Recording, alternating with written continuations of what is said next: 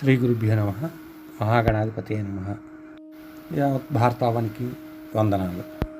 ఇకపోతే ఇవాళ విషయంలోకి వస్తే మనిషి ఎంత నేర్చినా ఇంతే అనిపిస్తుంది. ఒక్కోసారి లౌకిక సాధనలలో ఆ మనిషి అవసరమైన విద్యలు నేర్వకపోతే అతను దాదాపుగా సమాజంలో జీరోగానే మిగిలిపోవాల్సి వస్తుంది, లేదా మరణించాల్సి వస్తుంది.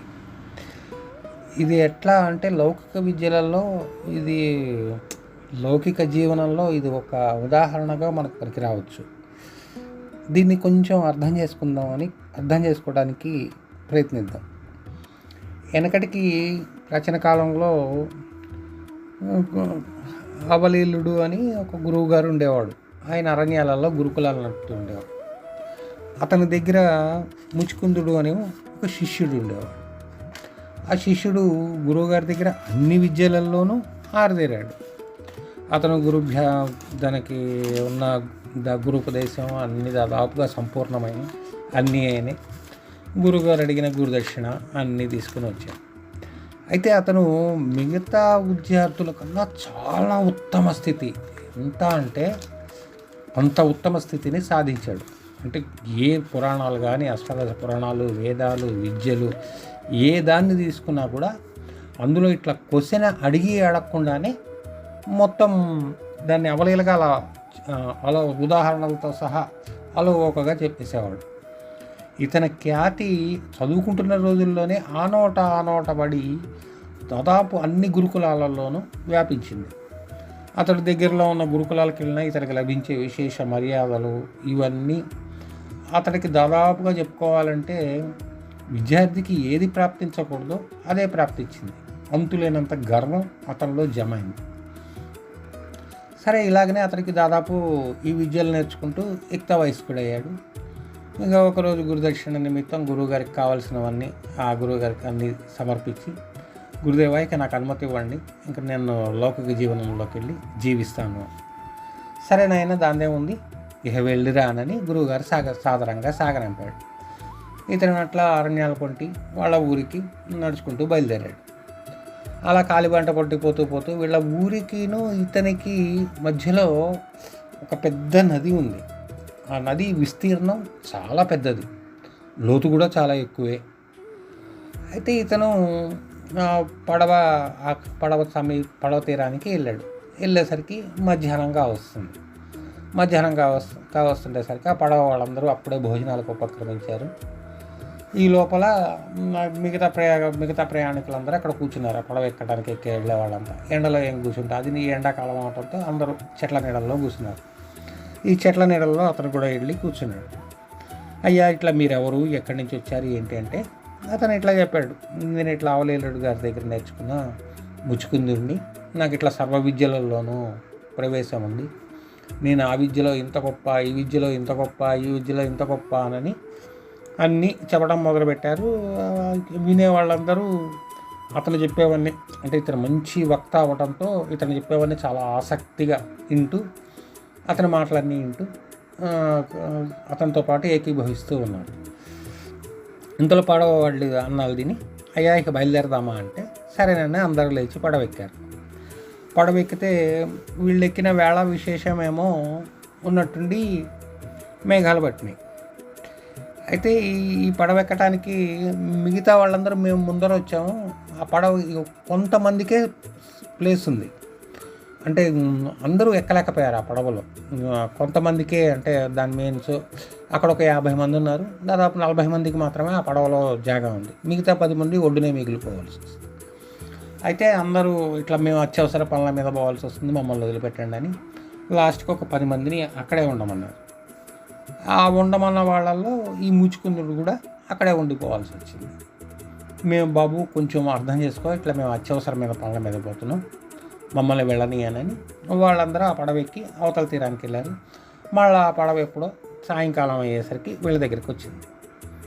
ఈ లోపల ఏమైంది, ఉన్నట్టుండి వాతావరణ ప్రభావమో ఏమో మొత్తం ఆకాశం అంతా మేఘావృతమైంది. గాలులు విపరీతమై పెద్ద తుఫాన్లాగా వచ్చింది. అయితే ఈ ముచ్చుకుందుడు మిగతా 10 మందికి తన అంటే తన గొప్పతనాల గురించి అతిశయోక్తిగా అట్లా మాట్లాడుతూ కూర్చున్నాడు. ఈ లోపల వాళ్ళు టైంపాస్కి ఏం లేక ఇతను మాటలు వింటూ కూర్చున్నారు. ఇంతలో పడవ రానే వచ్చింది. అందరూ పడవ ఎక్కారు. పడవ ఎక్కితే తన గొప్పతనాన్ని, తన పాండిత్య ప్రకర్షని అంతా ప్రదర్శించాలని ఈ ముచుకుందుడు పడవ వానితోటి సాయంకాలం కావస్తూ ఉంది. పడవ వానితోటి ప్రారంభించాడు. ఏమయ్యా, నీకు ఆ వేదం తెలుసా, ఈ వేదం తెలుసా అంటే, ఆ పడవ వాడు వినయంగా నాకు తెలియదు బాబు, నాకు ఇది తెలియదు బాబు అని చెప్పుకుంటూ వచ్చాడు.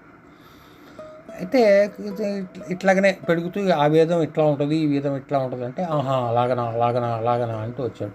నాకు ఇది తెలుసు, నాకు ఇంత తెలుసు, ఇట్లా తెలుసు, అట్లా తెలుసు అని చెప్పుకుంటూ వచ్చాడు. ఏమీ విద్య రానివాడు ఇంత పసుపోయా, నువ్వు ఇంత విద్య రాకుండా ఎట్లా బతికావు, అది ఇదని ఆ పడవ వాడిని ఒక రకంగా ఇన్సల్టింగ్గా మాట్లాడుతూ వస్తున్నాడు. ఆ పడవ వాడు అన్నీ విని ఓపిగ్గా భరిస్తూ వచ్చాడు. ఇంకా దాదాపుగా నావ మధ్యలోకి వెళ్ళంగానే కాసేపు అవ్వగానే ఆ పడవ వాడు వీళ్ళందరూ ఒక 10 మంది ఉన్నారు కదా, ఆ 10 మందిని అడిగాడు, అయ్యా మీలో ఎవరికన్నా ఈతొచ్చా అని. ఆ 9 మంది మాకు ఈతొచ్చు అన్నారు. పడవవాడు కూడా ఈ పండితుడిని వినయంగా అడిగాడు, అయ్యా మీకు ఇందాక నుంచి ఇన్నొచ్చు, అంత తెలుసు, ఇంత తెలుసు అని చెప్తున్నారు కదా, మీకు ఇంతకీ ఈతొచ్చా అని. ఆ ప్రశ్నకి తెల్ల ముఖం వేసి, ఇన్నాళ్ళు మామూలు విద్యలే నేర్చాను, నేను ఈత నేర్వలేదు అని చెప్పాడు. అయ్యా, ఏదైనా అవసర కాలంలో నేర్చే విద్యనే విద్య. మీరు ఎంత నేర్చినా ఇప్పుడు మీ జీవితాన్ని కాపాడుకోవాలంటే ఈత అనేది అవసరం. ఈ పడవకి అనేది రంధ్రం పడింది, మునిగిపోతూ ఉంది, నీళ్లు జమ అవుతూ ఉన్నాయి, ఇందాక నుంచి ఎత్తిపోస్తూ ఉన్నాను, ఇక నా వల్ల కావట్లేదు, ఈ పడవ మునిగిపోవడం ఖాయం, అవతల ఒడ్డుకి చేరదు, కాబట్టి దయచేసి మీరు ఇందులో నుంచి దూకి మీ ప్రాణాలు కాపాడుకోండి అంటే, అయ్యయ్యో నాకు ఈత రాదు ఎట్లా అన్నాడు. ఈత రాకపోతే మీ కర్మ అనుభవించాల్సిందేనని ఆ పడవవాడు దూకి మా చక్కా ఈదుకుంటూ పోయాడు. ఈ పండితుడికి ఈత రాదు, ఏం చేయాలో అర్థం కాక నెత్తిపట్టు కూర్చున్నాడు. కాసేపటికి పడవ రంధ్రం పడి మునిగి ఈ పడవవాడు కొట్టుకుపోతుంటే ఆ 9 మందిలో ఒక అతను గజ ఈతగాడు అయ్యేసరికి అతన్ని పట్టుకొని ఏదో జాగ్రత్తగా పట్టుకుని ఈదుకుంటూ ఒడ్డుకు చేర్చారు. అందరూ ఒడ్డుకు చేరిన తర్వాత చావు దబ్బి కన్నులొట్టబోయినట్టు అయింది మచ్చుకుందుడికి. అప్పుడు తీసుకొచ్చిన ఆ గజ ఈతగాడు అతనికి బుద్ధి గరిపాడు. చూడయ్యా, నువ్వు లౌకికంలో ఎంతో గొప్పవాడివి కావచ్చు, పాండిత్యం ఉండొచ్చు, ఎన్నో విద్యలు వచ్చి ఉండొచ్చు, కానీ జీవితానికి అవసరమయ్యేవి మాత్రం కొన్ని ఉంటాయి. అవి అయితే మినిమం క్వాలిఫికేషన్గా నేర్చుకోవాలి.